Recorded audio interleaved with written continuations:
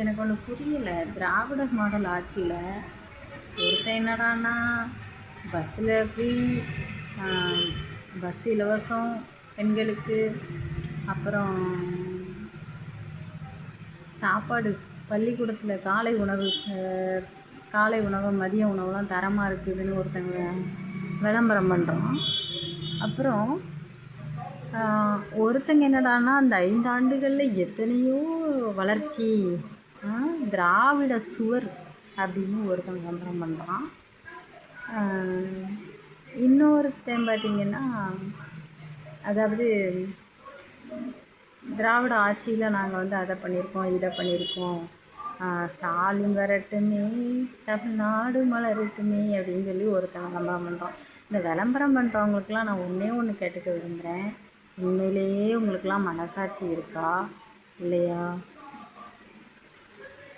இப்போ ஏடிஎம்கே எடுத்துக்கிட்டிங்க அப்படின்னா அவங்கள வந்து எனக்கு ரொம்ப பிடிக்கும்.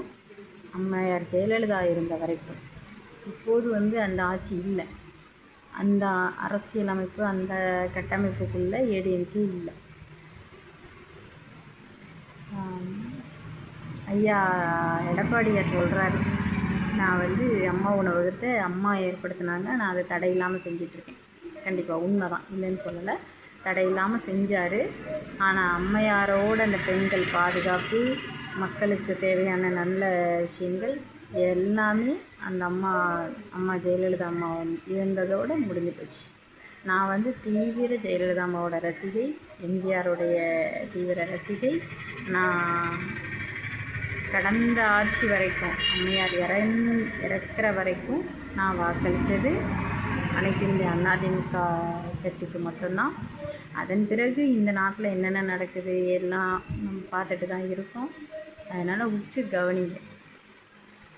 இந்த திராவிட மாடலுக்கும் விளம்பரம் பண்ணுற நீங்கள் கொஞ்சம் மனசாட்சியோடு பண்ணுங்கள். ஆஃபீஸில் உள்ளவங்க ஆஃபீஸ்க்கு வேலைக்கு போகிறதுக்கு 10 ரூபா பஸ் காசு கூட கொடுக்க முடியாத அளவுக்கு நீங்கள் சம்பளத்தில் இருக்கீங்க அப்படின்னா அவங்க வச்சுருக்காங்க உங்களை. நீங்கள் அதுக்கு விளம்பரம் பண்ணுறீங்க, நான் வந்து 5 வருஷமாக ஆஃபீஸ்க்கு இலவச பஸ்ஸில் தான் போகிறேன் அப்படின்னு. இது ஒரு தற்பெருமைன்னு நீங்கள் நினைக்கிங்களா? இந்த தற்பெருமை உங்களுக்கு தேவையான்னு எனக்கு தெரியலை.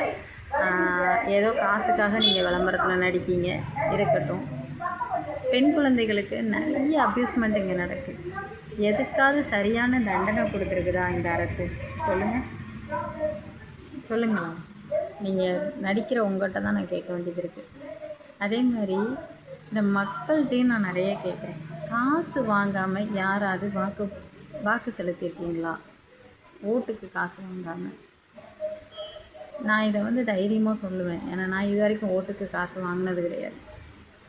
நான் நான் ஏடிஎம்கேக்கு தான் ஓட்டு போட்டேன் இதுக்கு முன்னாடி. அந்த அம்மையார் இருந்த வரைக்கும் நான் ஏடிஎம்கேக்கு தான் ஓட்டு போட்டிருக்கேன். ஆனால் நான் காசு வாங்கினது கிடையாது. ஏடிஎம்கேக்கு ஓட்டு போட்டிருக்கேன், ஏடிஎம்கேயில் இருக்கவங்களே கொண்டாந்து கொடுத்துருக்காங்க, என்கிட்டே கொண்டாந்து கொடுத்துருக்காங்க. அப்போ நான் சொன்ன ஒரே பதில், என்னுடைய வாக்கு விற்பனைக்கு அல்ல. எனக்கு யாரை பிடிச்சிருக்கோ அவங்களுக்கு நான் ஓட்டு போடுவேன். அது நான் விற்க மாட்டேன் அப்படின்னு சொல்லி நான் சொல்லியிருந்தேன். அதே இதை தான் இப்போவும் நான் சொல்கிறேன். நீங்கள் வந்து அறிவார்ந்த மக்களாக இருக்கீங்க. உங்களுக்கு எல்லாத்துக்குமே ஏதோ காசுக்காக நீங்கள் விளம்பரம் பண்ணுறீங்கன்னு என்னால் புரிஞ்சுக்க முடியுது. நான் அதுக்காக நான் பெரிய கோடீஸ்வரியோ நான் வந்து காசுக்கு ஆசைப்படலை அப்படிங்கிறது தான் நான் சொல்ல வரல. எல்லா மனிதர்களுக்கும் மாதிரி எனக்கும் நிறைய ஆசைகள் இருக்குது, கனவுகள் இருக்குது. எனக்கும் பிள்ளைகள் இருக்காங்க. நான் இன்னும் இந்த கீழ்மட்டத்திலேருந்து இப்போ தான் ஒரு படி நான் வந்துட்டுருக்கேன். அன்னன்னைக்கு உழைச்சி தான் நான் சாப்பிட்றோம். எங்ககிட்ட போதிய வருவாய் கூட கிடையாது. ஆனாலும் நான் வாக்கை விற்கவில்லை.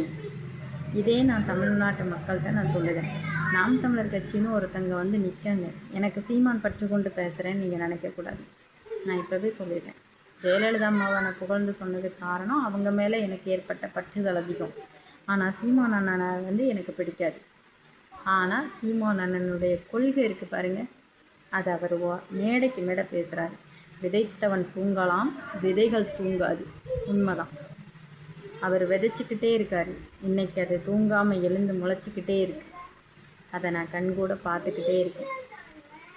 சரியா? நான் அம்பாசமுத்திரம் சட்டமன்ற தொகுதியிலேருந்து பேசுகிறேன். இந்த அம்பாசமுத்திர சட்டமன்ற தொகுதியில் நிற்கிற நத்தம் சிவசங்கரன் அண்ணன் வந்து இறங்கி இந்த அம்பை தொகுதியில் இறங்கி சுமார் ஒரு 2 மாதங்களுக்குள்ளே தான் இருக்கும். நான் அவரை சந்தித்தது ஒரு மாத காலமாக தான் நான் அவரை பார்த்துட்ருக்கேன்.